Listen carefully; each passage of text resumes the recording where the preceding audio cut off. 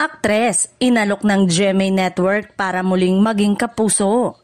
Mainit na usapin ngayon sa showbiz world ang kumakalat na balita na may isang kilalang aktres na inalok ng GMA Network upang muling maging kapuso.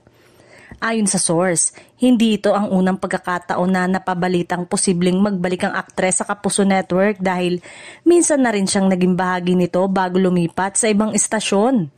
Ngayon, muling kumakatok ang GMA at nag-alok umano ng bagong proyekto sa posibleng magbigay sa kanya ng panibagong yugto sa kanyang karir.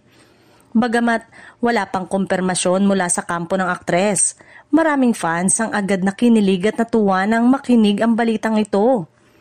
Naniniwala ang ilan na malaki ang maitutulong ng kanyang pagbabalik upang mas lalo pang lumakas ang primetime lineup ng GMA.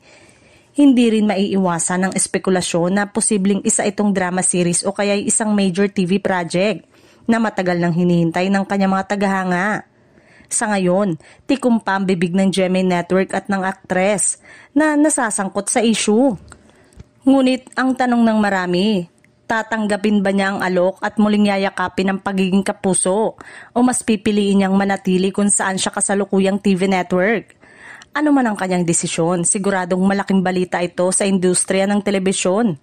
Abang-abang na lang kung sino ang aktres na pinag-uusapan at kung tuluyan nga ba siyang magiging kapuso muli.